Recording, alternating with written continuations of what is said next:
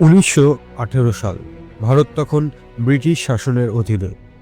একদিকে প্রথম বিশ্বযুদ্ধ, অন্যদিকে সাধারণ মানুষের নিত্য প্রয়োজনীয় জিনিসের দাম আকাশ ছোঁয়া। এই উত্তাল সময়েই গুজরাটের আহমেদাবাদ শহরে শুরু হয় এক ঐতিহাসিক শ্রমিক আন্দোলন, যা শুধু মজুরি বৃদ্ধির দাবি নয়, ভারতে অহিংস শ্রমিক আন্দোলনের পথ দেখিয়ে দেয়। নমস্কার, আমি উজ্জ্বল। আপনারা দেখছেন যাযাবর। আজকে গল্প ভারতের প্রথম হাঙ্গার স্ট্রাইক। প্রথম বিশ্বযুদ্ধে ব্রিটেনের অংশগ্রহণের কারণে ভারতে খাদ্যশস্য, কাপড় ও দৈনন্দিন প্রয়োজনীয় দ্রব্যের দাম প্রায় দ্বিগুণ হয়ে যায়। এই সময়ে আহমেদাবাদের তুলা মিলগুলিতে শ্রমিকদের দেওয়া হতো একটি প্লেগ বোনাস, যা মহামারীর সময় অতিরিক্ত সহায়তা হিসেবে চালু হয়েছিল। কিন্তু 1918 সালে মিল মালিকরা সেই প্লেগ বোনাস বন্ধ করে দেওয়ার সিদ্ধান্ত নেয়। মজুরি না বাড়লে শ্রমিকদের পক্ষে বেঁচে থাকা অসম্ভব হয়ে উঠেছিল। তারা দাবি জানায় 50% মজুরি বৃদ্ধি, কিন্তু মিল মালিকরা রাজি হন মাত্র 20% বৃদ্ধিতে। এই অসম্মতিতেই শুরু হয় ধর্মঘট। ধর্মঘট চলাকালীন অনেক শ্রমিককে ইচ্ছামতো বরখাস্ত করা হয়। এমনকি মিল মালিকরা সিদ্ধান্ত নেন বোম্বে থেকে নতুন তাঁতি এনে কাজ করাবেন।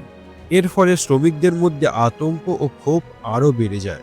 এই সংকটময় সময় শ্রমিকদের পাশে দাঁড়ান অনুসুয়া সরাভাই, একজন সমাজকর্মী এবং আহমেদাবাদের প্রখ্যাত শিল্পপতি অম্বালাল সরাভাইয়ের বোন। ন্যায়ের আশায় তিনি যান মহাত্মা গান্ধীর কাছে। গান্ধী তখন মিল মালিক ও শ্রমিক উভয়ের কাছেই আহমেদাবাদে অত্যন্ত সম্মানিত। যদিও গান্ধী ছিলেন অম্বালাল সরাভাইয়ের বন্ধু, তবুও তিনি শ্রমিকদের পক্ষ নেন। তিনি শ্রমিকদের বলেন অহিংসভাবে ধর্মঘট চালিয়ে যেতে এবং দাবি কমিয়ে 35% মজুরি বৃদ্ধিতে সম্মত হতে। এটি ছিল বাস্তবসম্মত এবং ন্যায্য দাবি। যখন আলোচনায় কোনো অগ্রগতি হচ্ছিল না, তখন গান্ধী দেন এক সাহসী সিদ্ধান্ত। তিনি শুরু করেন আমরণ অনশন। এটাই ছিল তার জীবনের প্রথম অনশন আন্দোলন। এই অনশন শুধু শ্রমিকদের মনোবল বাড়ায়নি, বরং মিল মালিকদের উপরও নৈতিক চাপ সৃষ্টি করে। অবশেষে মিল মালিকরা রাজি হন বিষয়টি একটি ট্রাইব্যুনালের হাতে তুলে দিতে। ধর্মঘট প্রত্যাহার করা হয়। ট্রাইব্যুনালের রায়ে শ্রমিকদের দেওয়া হয় 35% মজুরি বৃদ্ধি। শ্রমিকরা পান ন্যায়। অহিংস আন্দোলন পায় এক ঐতিহাসিক সাফল্য।